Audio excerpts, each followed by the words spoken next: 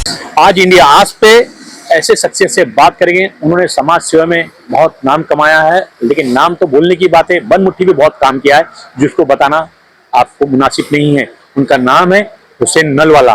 नलवाला foundation के नाम से वो चला रहे हैं अपना ट्रस्ट। देखिए इंडिया आज की खास रिपोर्ट। इस वक्त हमारे साथ है नलवाला फाउंडेशन के चेयरमैन हुसैन नलवाला जी। हिंदुस्तान के बाहर समाज सेवा करती है, लेकिन हिंदुस्तान में भी करने से पीछे नहीं रहे।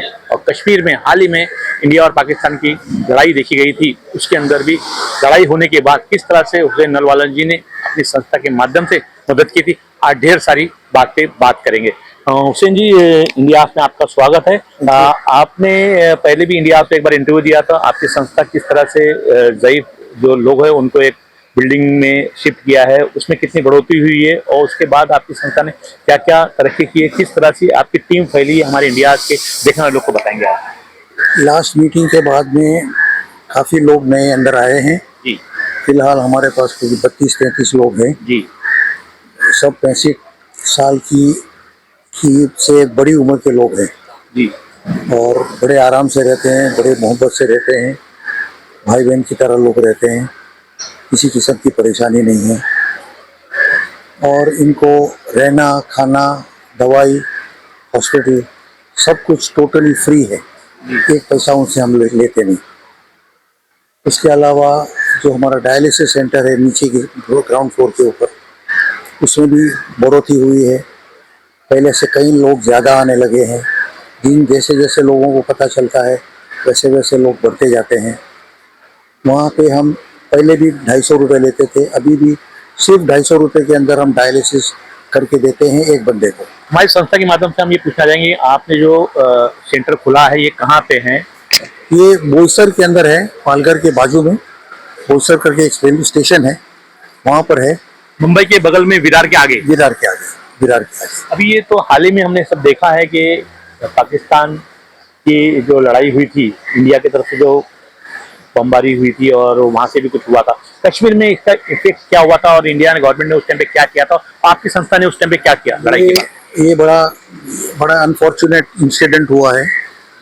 ये इन लोगों की सीजन टाइम के ऊपर ये हुआ है। कश्मीरी लोग बेचारे बहुत परेशान हुए इस चक्कर में। जो टूरिस्ट आने वाले थे वो आए नहीं डर के मारे, और सही भी है, ऐसे हालात में कौन जाता है, कौन छुट्टी मनाता है, तो लोग नहीं आए। उन लोगों के बेचारों को बहुत तकलीफ हुई, सीजन फेल हो गई। अब जो लोग LOC के पास रहते हैं, लाइन ऑफ कंट्रोल के पास, गवर्नमेंट ने उन लोगों को शिफ्ट किया क्योंकि उनकी जान खतरे में थी। तो उनको शिफ्ट करके नज़दीक में नज़दीक गांव था, शहर है कुपवारा, तो इनको कुपवारा के अंदर वहाँ पर लाके कैंप्स बनाए, कैंप्स के अंदर उनको अकोमोडेशन दिया, मगर उनको खाने के लिए प्रॉब्लम हो गया था।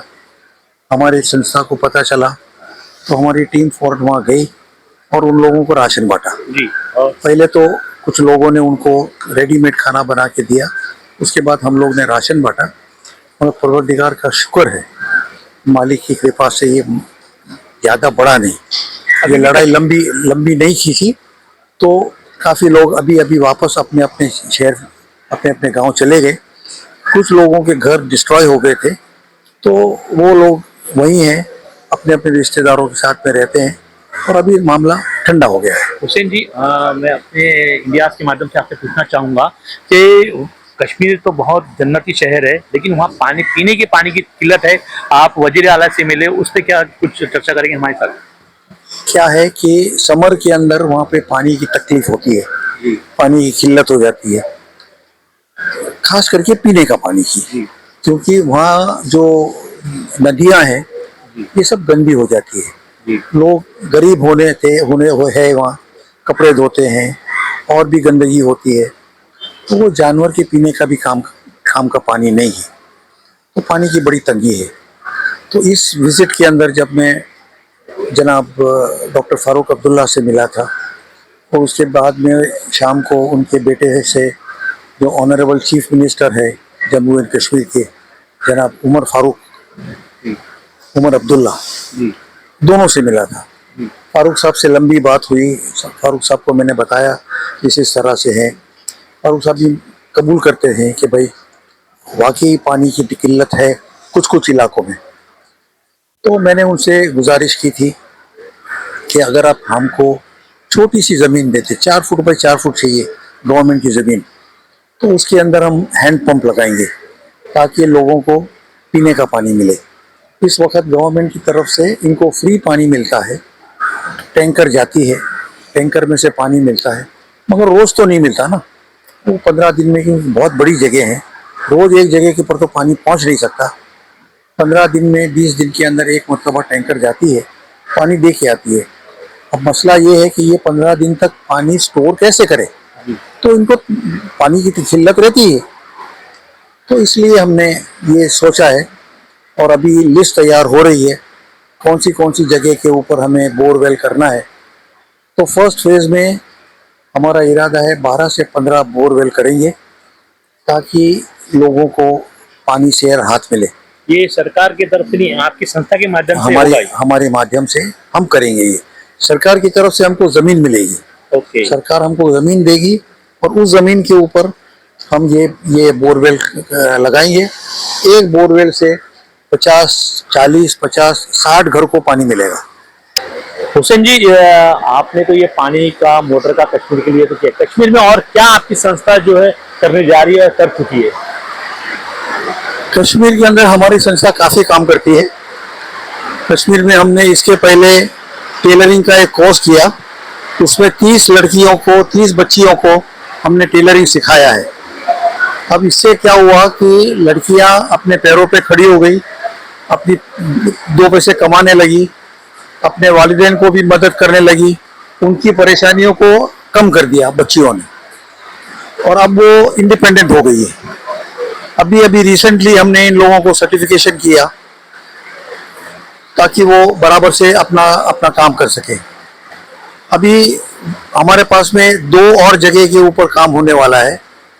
30 बच्चियां सुंबल के अंदर नया कोर्स शुरू करने वाले हैं और 30 बच्चियां कुपवारा के अंदर है। तो इंशाल्लाह अगले महीने से ये 60 बच्चियों को हम 6 महीने का कोर्स कराएंगे, बिल्कुल फ्री, एक पैसा उनसे चार्ज नहीं करते हैं हम।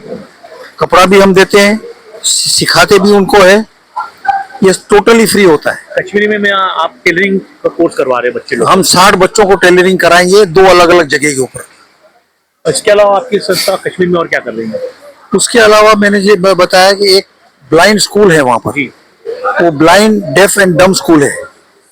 पूरे कश्मीर में ये एक ही स्कूल है। आज पिछले 15-20 साल से ये स्कूल चल रही है। उनके पास में जो हायर क्लास के अंदर बच्चे जाते हैं वो अब तक बेचारे कंप्यूटर से महरूम है। तो हमने इनको कंप्यूटर सेंटर बना के दिया है ताकि ये बच्चे कंप्यूटर चलाना सीख लें। तो ये भी मैंने अभी फाइनल कर दिया है। बॉम्बे में मैंने कंप्यूटर के ऑर्डर भी दे दिए हैं। इंशाल्लाह आने वाले 3-4 रोज के अंदर कंप्यूटर तैयार हो जाएंगे। कुरियर से हम सारे कंप्यूटर यहाँ से भेज देंगे और अगस्त महीने से ये भी स्टार्ट हो जाएगा। हुसैन नलवाला जी से बहुत अहम सवाल पूछने जा रहे हैं। हुसैन जी, आपने इतना सारा काम किया, महाराष्ट्र में भी, कश्मीर में भी काम किया, देश और विदेश में भी काम किया, जाने माने आप समाज सेवक भी है, अपने जमात में भी आपका एक अच्छा आपका दबदबा है, अच्छा आपकी रिस्पेक्ट है।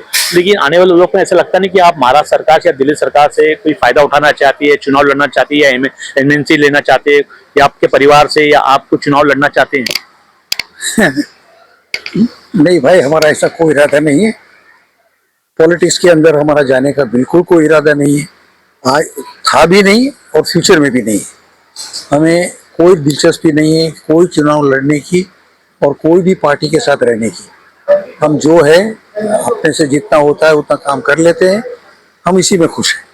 अगर हम महाराष्ट्र की, मुंबई की बात करें, हिंदुस्तान की बात करें, कुछ हिस्से महाराष्ट्र के ऐसे हैं, उस इलाके में सरकार की तरफ से तो मदद पहुंचती है, लेकिन जिस जगह पे नहीं मदद पहुंचती, आप अपने तरफ से, हाल ही में सुनने में आया कि सतारा में भी आपने कुछ किया था महाराष्ट्र में।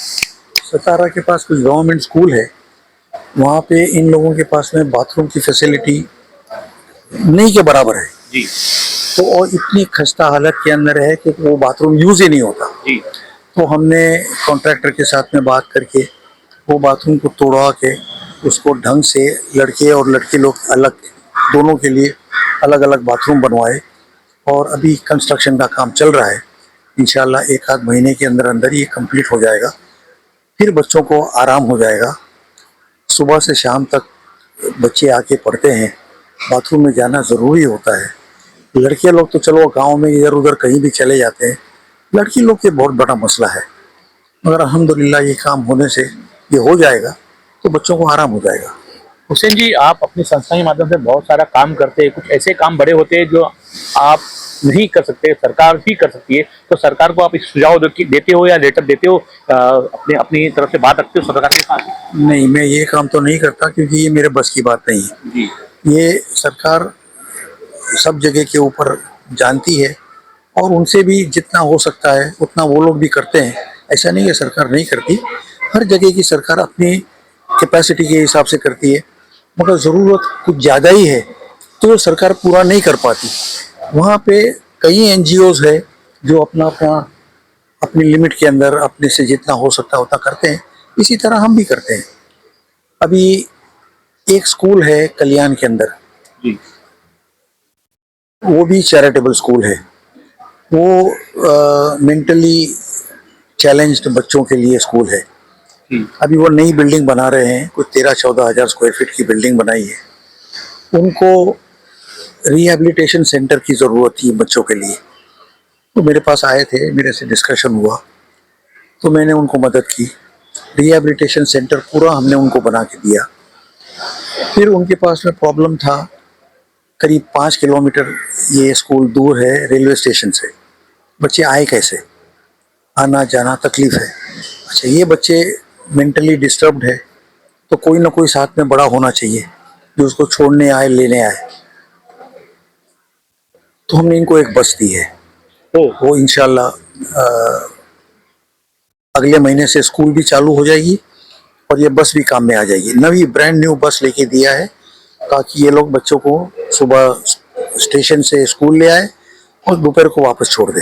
बहुत अच्छी बात है कि आपने हिंदुस्तान में, कश्मीर में तो बहुत सारा काम किया, लेकिन आपकी जो संस्था की टीम है, हुसैन नलवाला टीम, जो पूरी इंटरनेशनल लेवल पे फैली हुई है, देश के बाहर, इंडिया के बाहर, 7 समंदर पार भी, किस तरह से आप काम करते हैं? आपकी टीम किस तरह से काम करती है? हमारे पास कुछ पहचान के बंदे हैं इंडिया के बाहर भी, जैसे सूडान है, इथोपिया है, सोमालिया है, यमन है। ये सब कंट्रीज बहुत बैकवर्ड है, बहुत बहुत ज़्यादा गरीबी है, तो वहाँ भी हमसे जितना हो सकता है, हमारे हमारे दोस्त हैं वहाँ पर जो हमको मदद करते हैं और थोड़ा बहुत हम काम वहाँ भी कर लेते हैं।